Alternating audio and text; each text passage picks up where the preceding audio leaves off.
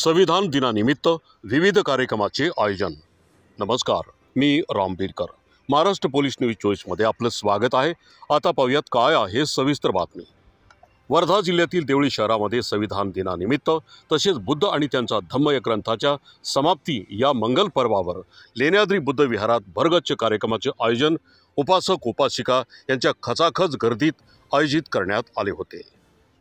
यावेळी चला संविधान समजून घेऊया, संविधानाबाबत जागृती व्हावी, संविधानाप्रती समाज बांधवांना आदर निर्माण व्हावा अशा तिहेरी कार्यक्रमाच्या अध्यक्षस्थानी देवळीच्या प्रसिद्ध समाजसेविका आशाताई सुरकार होत्या। तर प्रमुख उपस्थिती माननीय अश्विन गजबे, पोलीस उपनिरीक्षक देवळी शहर, माननीय डॉक्टर विजय डोंगरे, माननीय प्रबुद्ध गंभीर सेवा निवृत्त अभियंता। भारतीय संविधान ग्रंथ समापन वर्षावास व पुरस्कार सोहळ्यानिमित्त काही उपासकांचा प्रथम, द्वितीय, तृतीय पुरस्कार देऊन विहार कमिटीच्या वतीने सन्मानित करण्यात आले। लगेच चला संविधान समजून घेऊया या परीक्षेचा निकालही यावेळी जाहीर करण्यात आला। प्रथम पारितोषिक 4000 रुपये देण्यात आले। सदर कार्यक्रमाला उत्तम प्रतिसाद लाभला। जागृती चागणी सतत तेवत ठेवा हा मुक्तिदाता डॉक्टर बाबासाहेब आंबेडकरांचा आदेश शिरसावंद्य मानून पूज्य भदंत धम्मसार, पूज्य भदंत चित्तज्योती तसेच पूज्य भदंत सिद्धनाथ यांचे वर्धा जिल्ह्यातील धम्मकार्य अतिशय प्रशंसनीय असे आहे। आदरणीय भदंत धम्मसार, भदंत चित्तज्योती पुलगाव, श्रामणेर भदंत सिद्धनाथ यांच्या मार्गदर्शनाखाली सदर कार्यक्रमाचे आयोजन करण्यात आले होते। कार्यक्रमाची प्रास्ताविक राजेश गंभीर यांनी केले तर सूत्रसंचालन मनोज गंभीर यांनी केले। कैलास गंभीर यांनी आभार मानले। सहकार्य सूरज मेश्राम यांनी केले। सरनत्त घेऊन कार्यक्रमाची समाप्ती करण्यात आली।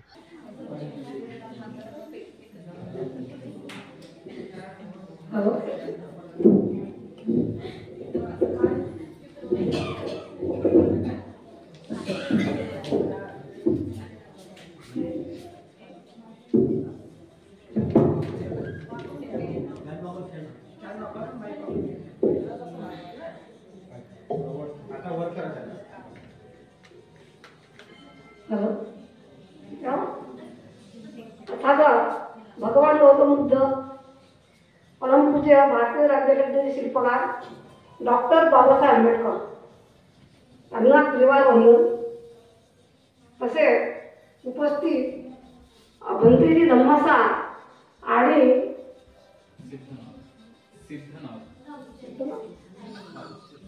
दुसरे भंतेचं नाव माहीत नाही, त्यांना मी सुद्धा वंदन करते। उपस्थित सर्व पाहुणे मंडळी यांना जयभीम करते आणि उपासक बसलेले उपासक आणि उपासिकांना माझं सप्रेम देते।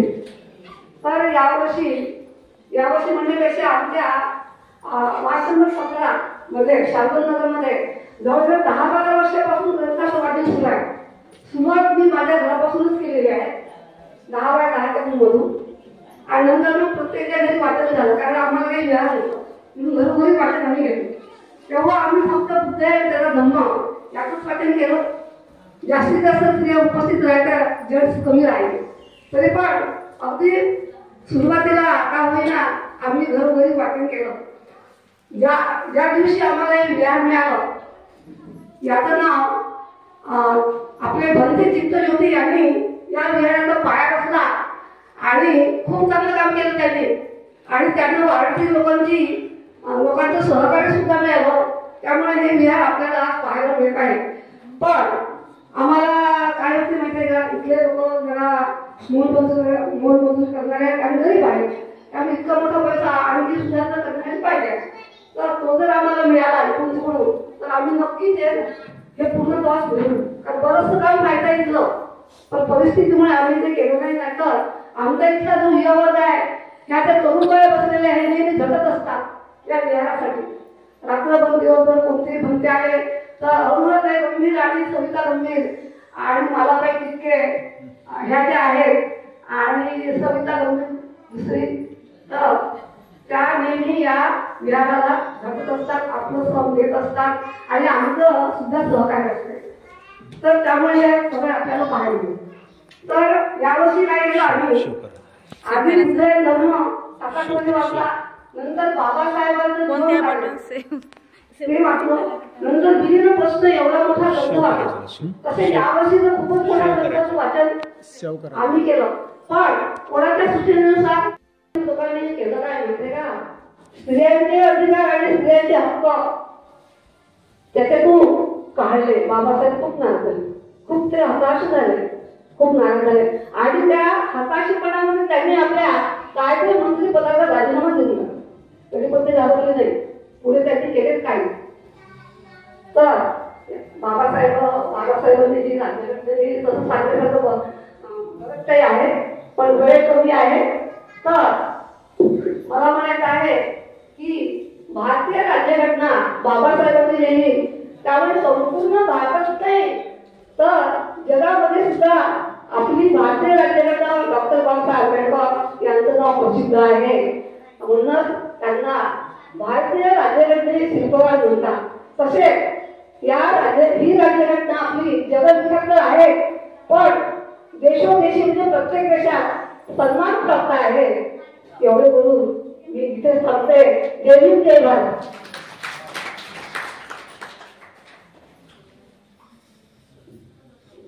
धन्यवाद ढोले मॅडमना.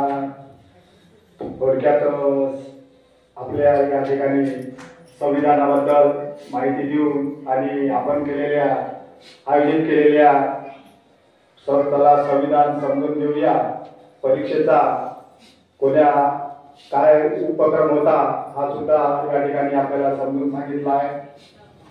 आपल्या ठिकाणी देवळी पोलीस स्टेशनचे सब इन्स्पेक्टर माननीय अश्विनजी गजबीये हे या ठिकाणी उपस्थित झाले आहे. त्यांचं स्वागत सूरज भाऊ मेश्राम करतील अशी मी त्यांना विनंती करतो.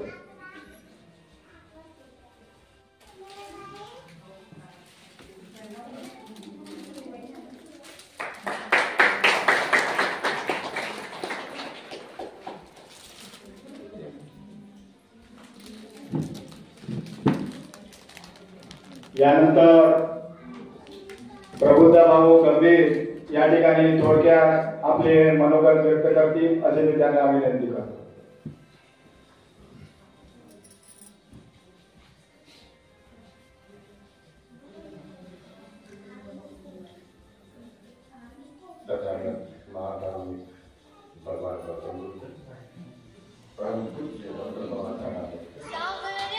महाराष्ट्र पोलीस न्यूज 24 साठी मुख्य संपादिका स्मिता बाबरे यांच्यासोबत मी राम बीडकर, देवळी, जिल्हा वर्धा, विदर्भ.